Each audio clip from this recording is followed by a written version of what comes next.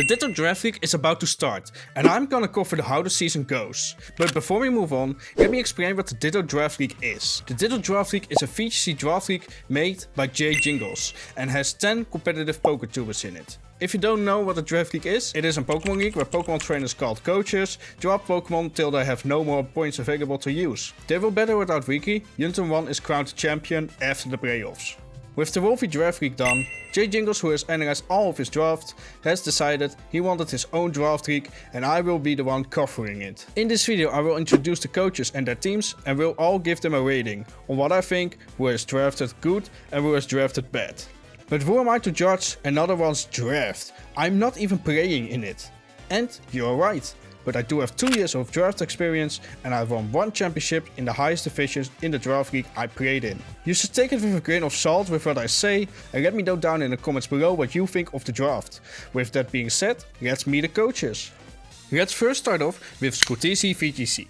He has actually a very strong team. Ogerpon is always a good pick and Chi-Yu is always there for the damage and to boost damage from Enamorous Eye, Thunderous Eye and Sandy Shocks because of its Beads of Ruin ability.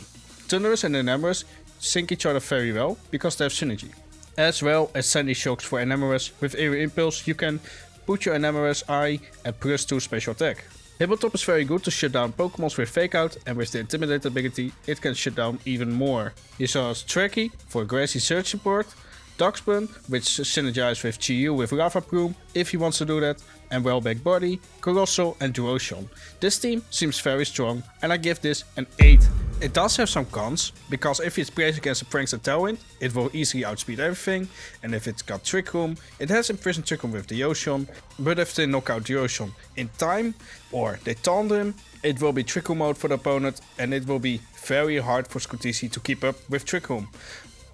With that, I give the team an 8 out of 10, because there's a lot of potential and a lot of synergy, but I can see it sometimes fail to the lack of speed control. And I know there's Thunder Wave, but yeah. Next up is Siskamoo. I don't know what to think of Siskamoo's team. It has some good Pokemon like Ironhead, Heatran, Farigiraf, Gyarados, Meowscarada. All very good Pokemon. Even Wolfie had Noivern on his team on his draft league. But it seems like there's a lack of synergy. Because you have Pincurchin and Ironhands. But that means you have to bring Pincurchin to make Ironhands even more powerful. What is good about this team is that there's a Tailwind and Trick Room mode. You can set up Trick Room with Farigiraf and it will underspeed everything with Ironhands, Heatran, etc. But you can also Tailwind and put everything in speed investment so it will outspeed everything. But you have to bring Noivern. It has some great individual Pokemon if you want a team really make work around it. I think team synergy is a lot and Pokemon who works with each other, support each other and have connections with each other really helps. I will give this team a 7 out of 10. Moving on, we have LukeVGC. LukeVGC has Incineroar and it is 18 points. Why? Okay, I'm not gonna answer that. It's Incineroar. But did you know that in Incineroar is it actually very good in draft? Yes, it's pretty bad actually, but he decides to draft it anyway. He has a video on his channel that he will explain his team as well. I will link it below, but I will let my opinion shine on this. Incineroar still has some great coverage moves. It has Swords Dance, I think it has Bulk Up as well, Curse Combat, Earthquake, that kind of moves. It can run as attacker and it can run as bulk support. So you don't know what it's gonna run. That's so cool about Incineroar, but in terms of points and how good it is pretty high.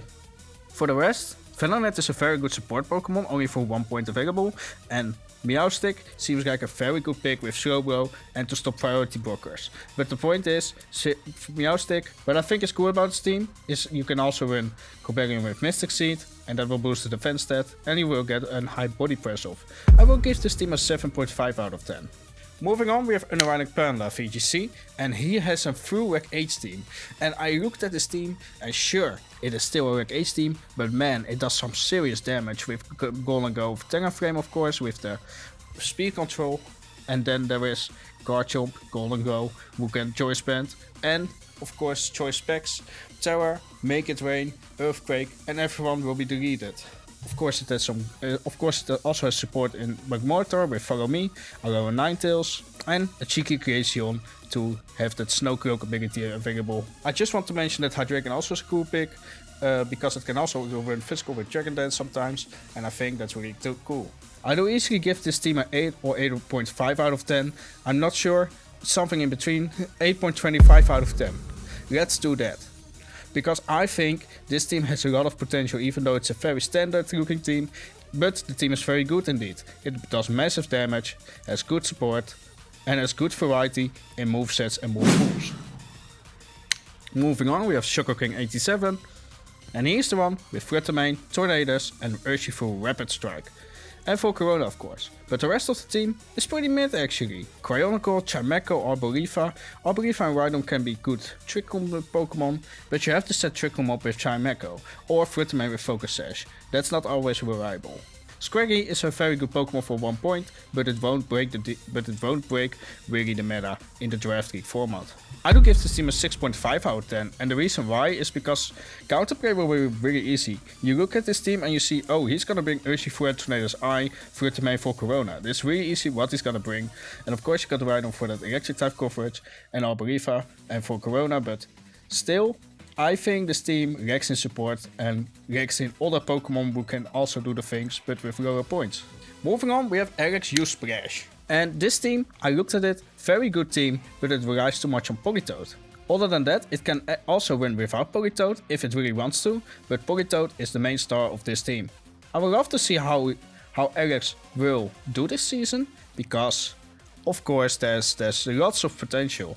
But I just cannot take my mind off the Politoed with Archerodon with Electroshot, Glendaris High with Sandshrew Storm, Accuracy, Pescaridia with Swift Swim, Iron Threads, who does nothing, sorry, Overqwil with Swift Swim, and of course, yeah, those are the things that I'm concerned about that resolves about Politoed, because they will prep a lot against it. Nonetheless, the team seemed pretty good actually. I do give it a 7 out of 10, because it's still strong, it can run without Politoed, but Politoed is a main support in this team. Then we have Konami Priest Nerf, and oh boy, if you look at it, Raging Bolt, Murkrow, Terrakion, Weird Bonite, Weezing, Regigigas, wait a minute, Weezing, Regigigas, but this team, if you take away the Weezing and Regigigas, will actually be so good. But Weezing and Regigigas actually do well in draft. This team is incredibly strong. It has Murkrow with Sunny Day, or Beat Up, to have the justified ability. It has Brute Bonnet, it has Ninetales to set up Sunny Day. It can even get away without Weezing because you have Medicham with Pure Power and the skill swap. And then you have Type Ghost and Hisui, who is so low in points, but still hits very hard. I do think this is one of the best teams in the format. I do give this an easily 9 out of 10. I would love to see how he does in this draft league. Then we have Solwayne.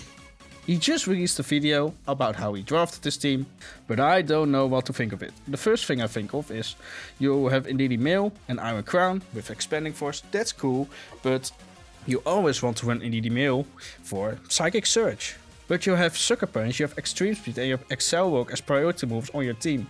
You will limit yourself to block those moves because you cannot hit your opponent because of it. I do think because you have limitations, I think this team deserves a 6 out of 10. It's not the worst team in existence, I just do think you limit yourself with the Indeedee Male. Then we have of course Jingles, 10 out of 10, move on. I'm not gonna grace you, Jay. I'm gonna take a serious look at your team. And I looked at your team, but it's actually pretty good. But you can see Jingles has actually got sniped plenty of times. And I don't know if that's true, but you can see that so well in the draft because the team is all over the place. Gaussifier has some cool moves. Move says Ogapon is a really solid pick, especially Cornerstone, who is cheaper than the others. Corsaria, who can heal every status condition.